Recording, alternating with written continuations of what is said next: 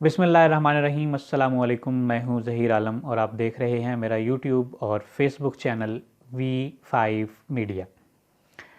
دوستو، آج ایک اہم مسئلے پہ، بلکہ اہم ایشو پہ، اور بلکہ اہم بھی نہیں، ایک نازک مسئلے پہ بات کرنی ہے، اور وہ ہے توہین رسالت۔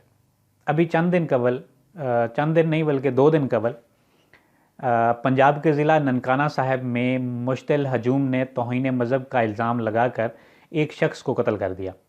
یہ واقعہ ننکانہ صاحب کی تحصیل وار برٹن میں پیش آیا۔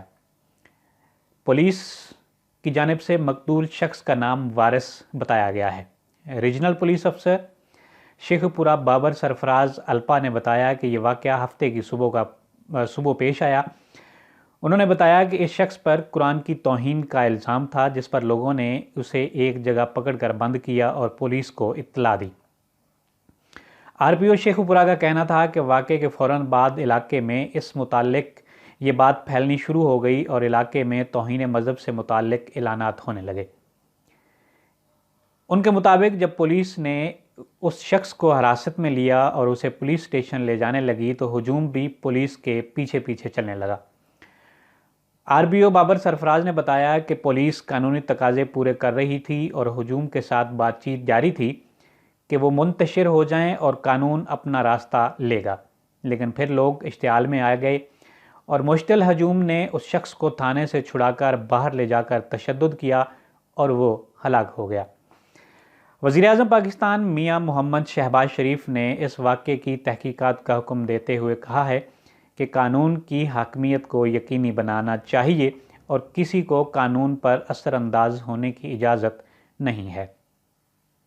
توہین رسالت کا مسئلہ کوئی عام مسئلہ نہیں ہے، بلکہ اس مسئلے کی نوعیت باقی تمام قوانین سے یکسر مختلف ہے، کیونکہ اس سے انبیاء اور ان کی تعلیمات میں شکوک و شبہات پیدا کر کے مذہبی تعلیمات کو مسخ کرنے کی کوشش کی گئی ہے۔ شاتم رسول کے علاوہ حدود کیسز میں سفارش اور صدارتی استثناء کی کوئی حیثیت نہیں ہے۔ معاملہ جب عدالت اور حکمرانوں تک پہنچ جائے تو اس کی معافی کسی صورت ممکن نہیں، کیونکہ شاتم رسول ہونا صرف ایک گناہ ہی نہیں بلکہ شریعت کی روح سے ایک قابل سزا جرم بھی ہے۔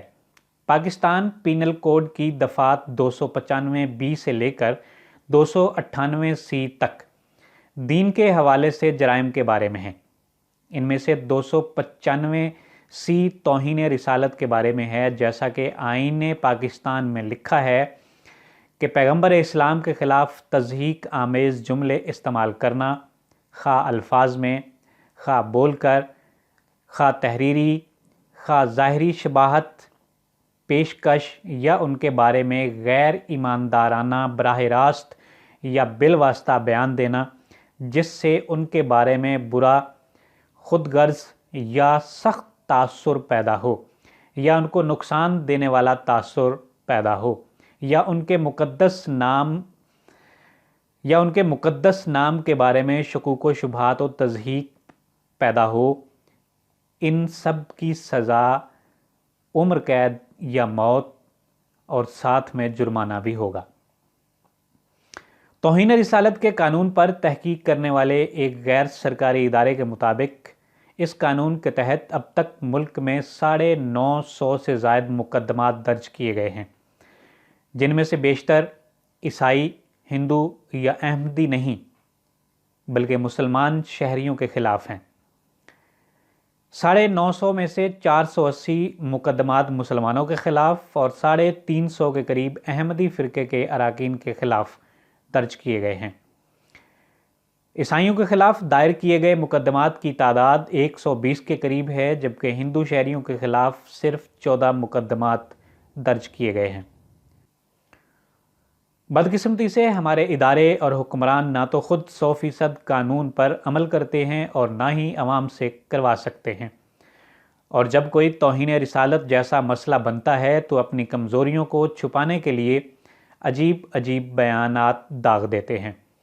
کبھی کہتے ہیں کہ فلاں قانون ٹھیک نہیں، فلاں شق تبدیل کی جائے، یہ کیا جائے اور وہ کیا جائے، تو کبھی نام نہاد مفکرین اور دانشوروں کا چوغا پہن کر اس بارے میں حضور صلی اللہ علیہ وآلہ وسلم کے اخلاق کا سہارا لے کر شاتم رسول کی سزا کو معاف کرانے کے مفروضوں کو گھڑنے کی بچگانہ حرکتوں پر اتر آتے ہیں۔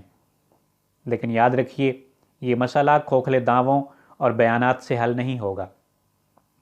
اس کے لیے ہمیں اغیار کی چیرہ دستیوں کا کھل کر جواب دینا ہوگا۔ جب تک ہم توہین رسالت پر سخت موقف نہیں اپنائیں گے، یہ مسئلہ حل نہیں ہوگا اور شاتم رسول کی صرف ایک ہی سزا ہے۔ اجازت دیجیے، اللہ حافظ۔